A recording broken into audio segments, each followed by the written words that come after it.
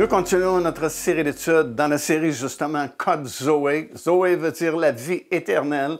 Et nous sommes en train d'étudier ensemble la grande mission du Seigneur Jésus-Christ. Lorsqu'il est venu sur cette terre, c'était bien sûr, comme on le sait, de construire son Église afin de permettre à quiconque invoquerait son nom d'être sauvé, de faire partie de cette Église glorieuse et d'entrer dans le royaume de Dieu immédiatement alors que la personne se repent de ses péchés et accepte le Seigneur. Nous sommes en train de parler de la porte étroite qui donne accès à ce salut. Elle est étroite, comme j'ai expliqué, parce que la seule façon de pouvoir franchir cette porte, c'est de s'humilier, de reconnaître notre besoin et de venir comme l'ancien chant qu'on chantait, tel que je suis sans rien à moi, sinon ton sang versé pour moi, agneau de Dieu, je viens à toi. Alors nos bagages de bonté personnelle, nos bagages d'indulgence et de mérite, ça ne passe pas dans la porte parce que ce n'est pas de cette façon-là que nous pouvons être sauvés. C'est uniquement par grâce, à cause de l'œuvre que Christ a accomplie sur la croix de Golgotha. Alors, j'ai expliqué qu'il y avait deux aspects à l'œuvre de Christ sur la croix de Golgotha. Premier aspect, bien sûr, c'est de nous ouvrir la porte pour que nous puissions entrer dans le royaume de Dieu. Et le deuxième aspect, c'est le chemin qui lui aussi est étroit et les resserré, qui mène à la vie éternelle. Ce n'est pas nécessairement facile à tous les jours de marcher fidèlement avec le Seigneur Jésus-Christ, mais nous pouvons compter sur sa grâce et nous savons qu'il est avec nous à tous les jours jusqu'à la fin de notre vie. Alors, dès l'instant qu'une personne accepte le Seigneur, elle peut traverser cette porte qui est étroite parce qu'elle est faite à notre dimension, sans le secours de nos mérites et de ce que nous pensons avoir comme bagage spirituel. Et nous sommes comme la brebis qui est protégée maintenant. Le Seigneur devient notre bon berger et nous sommes sa brebis.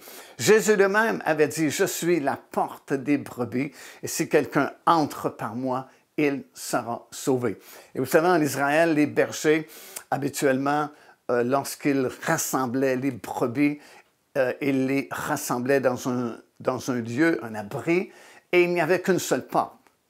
Et le berger lui-même se tenait à la porte durant la nuit afin que les brebis ne s'échappent pas et qu'elles soient en sécurité. Bien, dès l'instant où nous traversons cette porte-là, nous sommes dans la bergerie du Seigneur et c'est lui qui est la porte. Il se tient à la porte et nous sommes aussi en sécurité et à l'abri dans le royaume de Dieu. Alors, l'œuvre de la croix était nécessaire pour plusieurs raisons. Première raison, c'était afin d'éliminer ce que le premier homme, le premier Adam, avait perdu à cause de sa désobéissance et sa rébellion contre Dieu. Le Seigneur Jésus-Christ est appelé dans la Bible le deuxième homme ou le dernier Adam. Parce que contrairement au premier Adam qui avait failli, le deuxième homme va être le dernier Adam parce que lui va réussir. Et on n'aura pas besoin d'un troisième homme, on n'aura pas besoin d'un autre sacrifice, on n'aura pas besoin d'une autre mort sur une croix. C'était fait pour toujours, pour l'éternité. Alors le Seigneur Jésus-Christ est venu, la Bible l'appelle le deuxième homme, la Bible l'appelle le dernier Adam. Et lorsqu'une personne accepte le Seigneur Jésus-Christ, une des raisons pour laquelle le Seigneur a donné sa vie pour nous sur la croix de Golgotha, c'est afin d'éliminer le plus possible ce que nous avons hérité du premier Adam. Alors, dès l'instant où nous acceptons le Seigneur Jésus-Christ et que nous traversons cette porte étroite, la Bible affirme que nous sommes devenus une nouvelle créature en Jésus-Christ. Et ce qui appartenait au premier homme qui a failli, va être graduellement éliminé dans notre marche sur le chemin étroit aussi qu'il y a de l'autre côté de la porte. Deuxièmement, c'était nécessaire la croix de Golgotha afin de régler la question du péché. Autrefois, notre vieille nature humaine déchue n'avait aucune force vis-à-vis les tentations, vis-à-vis le péché. Mais maintenant que nous sommes sauvés, il est écrit, par exemple, dans 1 Pierre, le 2e chapitre, le verset 24, que Christ a porté lui-même nos péchés en son corps sur le bois, sur la croix, afin que, mort au péché, nous vivions pour la justice, lui par les meurtrissures duquel vous avez été guéris.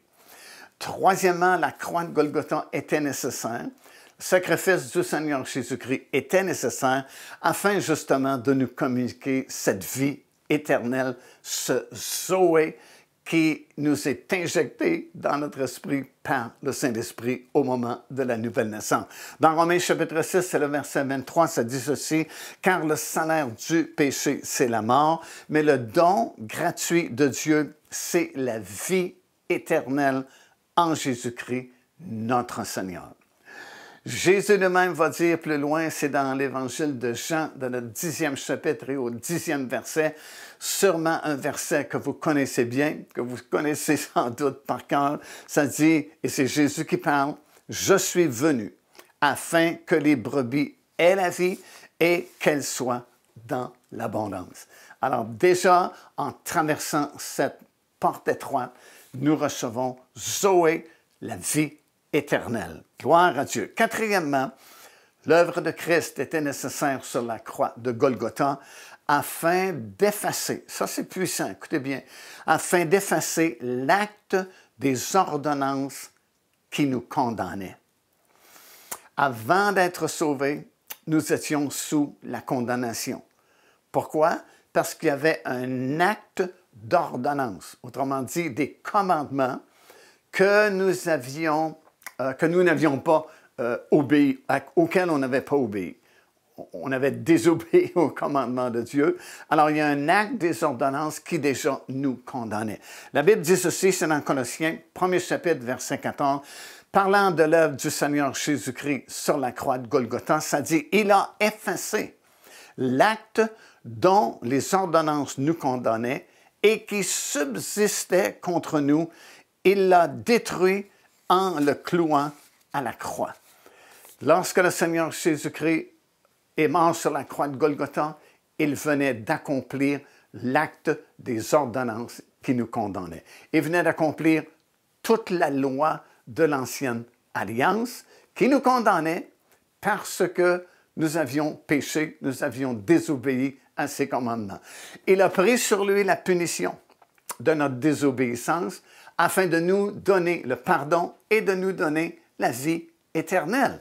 Alors, on ne peut plus fonctionner autrement que par la grâce du Seigneur Jésus-Christ. Comptant sur sa miséricorde, comptant sur sa grâce, nous marchons avec assurance sur le chemin resserré qui se trouve de l'autre côté de la porte. Écoutez ce que Paul va dire en conclusion dans son épître aux Galates, c'est dans le 5e chapitre et au verset 4. Il va dire ceci à tous ceux qui voulaient continuer à fonctionner avec l'acte des ordonnances qui nous condamnaient, c'est-à-dire la loi de l'Ancienne Alliance. « Vous êtes séparés de Christ, vous tous qui cherchez la justification dans la loi, vous êtes déchus de la grâce. » Parce que vous ne pouvez pas fonctionner sur les deux tableaux en même temps.